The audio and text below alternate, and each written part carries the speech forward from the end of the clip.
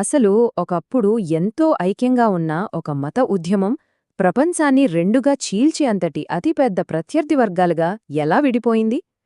ఈనాటి మన విశ్లేషణలో ఈ అద్భుతమైన చారిత్రక ఘట్టాన్ని అందుబాటులో ఉన్న సోర్సెస్ ఆధారంగా లోతుగా పరిశీలిద్దాం. The great schism, anatomy of a breakup.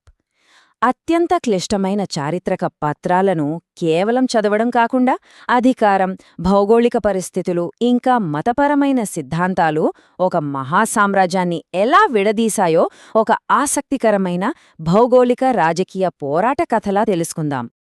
సరే, ఇక ఏమాత్రం ఆలస్యం చేయకుండా టాపిక్లోకి వెళదాం.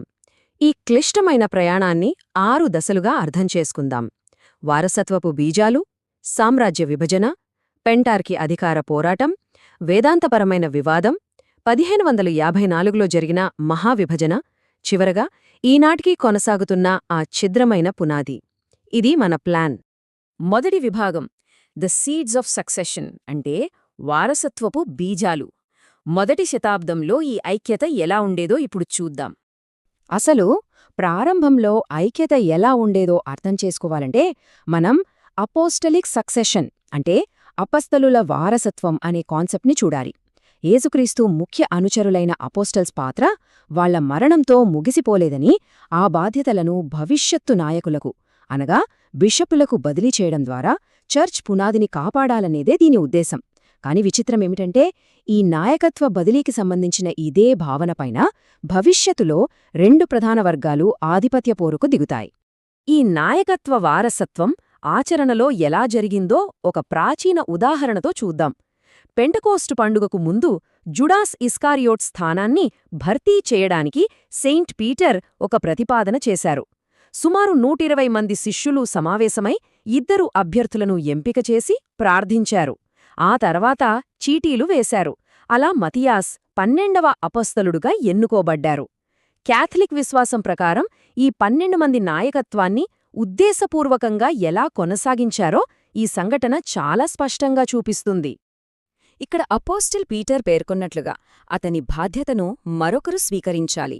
చర్చ్ బాధ్యతలు కేవలం ఆ కాలానికే పరిమితం కాకుండా కొత్త బిషపుల నియామకం ద్వారా ఖచ్చితంగా విస్తరించాలనే దృఢమైన విశ్వాసాన్ని ఈ ఎన్నిక బలంగా రుజువు చేస్తుంది. ఒక రకంగా చెప్పాలంటే ఇది బిషప్ల అధికారానికి ఒక తిరుగులేని శాశ్వతమైన పునాది వేసిందన్నమాట. ఇక ఇక్కడ్నుండి ఇది ఎలా అభివృద్ధి చెందిందో చూద్దాం. 2వ విభాగం, యాన్ ఎంపైర్ డివైడెడ్, భౌగోళిక మార్పు. ఈ భౌగోళిక విభజనని గమనిస్తే ప్రారంభకాలపు ఐక్యత ఎలా చీలిపోయిందో మనకు ఇట్టే అర్థమైపోతోంది. సామ్రాజ్యం 2గా విడిపోయింది. పశ్చిమ భాగానికి రోమ్ రాజధాని కాగా, తూర్పు భాగానికి కాన్స్టాంటినోపుల్ కేంద్రంగా మారింది. పశ్చిమంలో లాటిన్ భాష ప్రధానంగా ఉంటే, తూర్పున అందరూ గ్రీకు భాష మాట్లాడేవారు.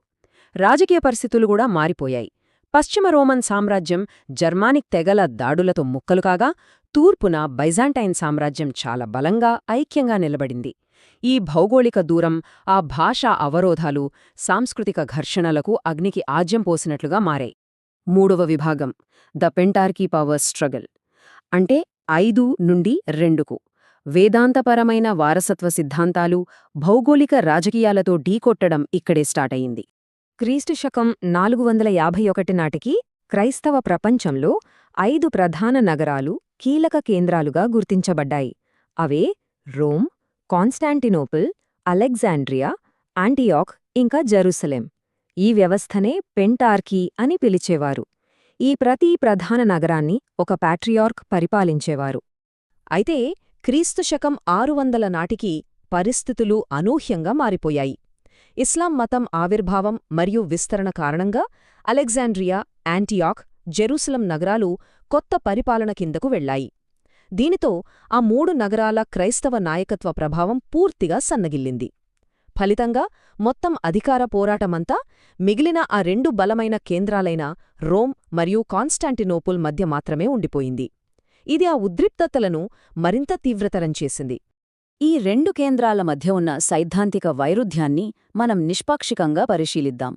రోమ్ వాదనేంటంటే, అపోస్టిల్ పీటర్ యొక్క ఏకైక వారసుడిగా పోప్ మొత్తం క్రైస్తవ చర్చ్కి అధిపతి అని, అన్ని శాఖలపైన ఆయనకు సంపూర్ణమైన వాస్తవిక అధికారం ఉంటుందని వాళ్లు నమ్మారు.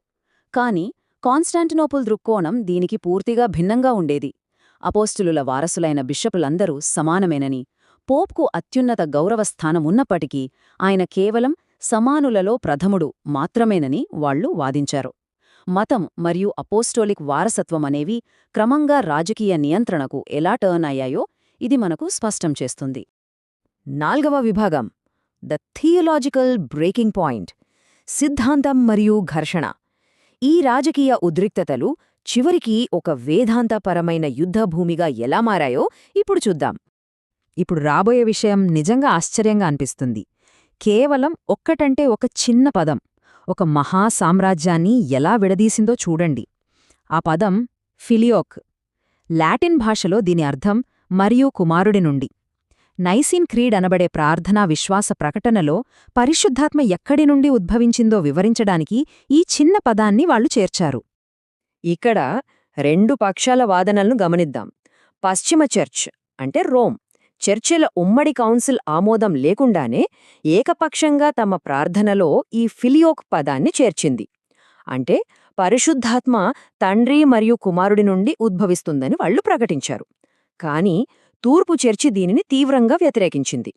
పరిశుద్ధాత్మ కేవలం తండ్రి నుండి మాత్రమే ఉద్భవిస్తుందని, రోమ్ చర్చ్ ఇలా ఏకపక్షంగా నిర్ణయం తీసుకోవడం ఒక అహంకారపూరితమైన అధికార అతిక్రమణ అని వాళ్లు భావించారు.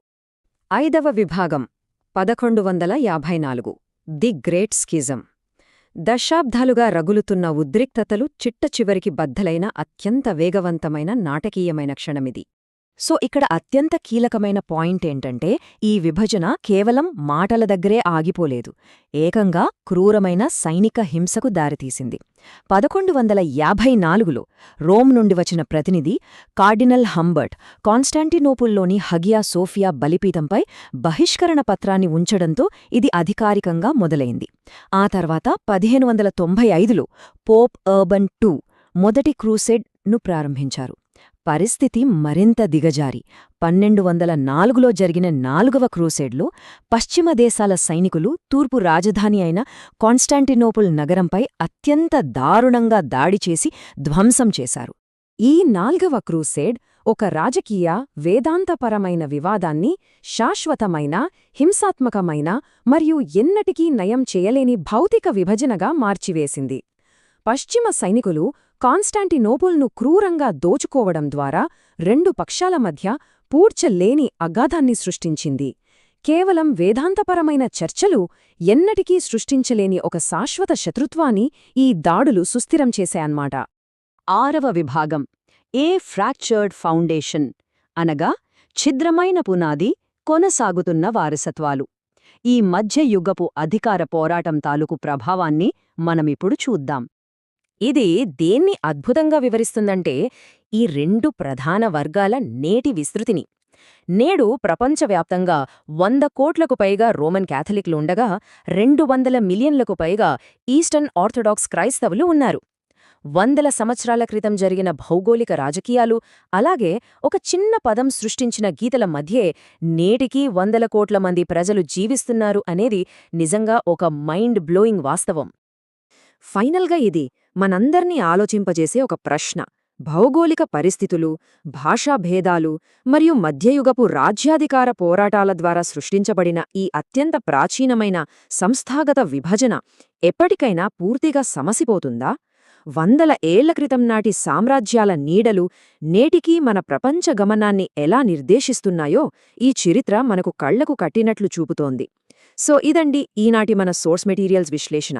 ఇది మీకు ఎంతగానో ఆసక్తి కలిగించిందని ఆశిస్తున్నాను.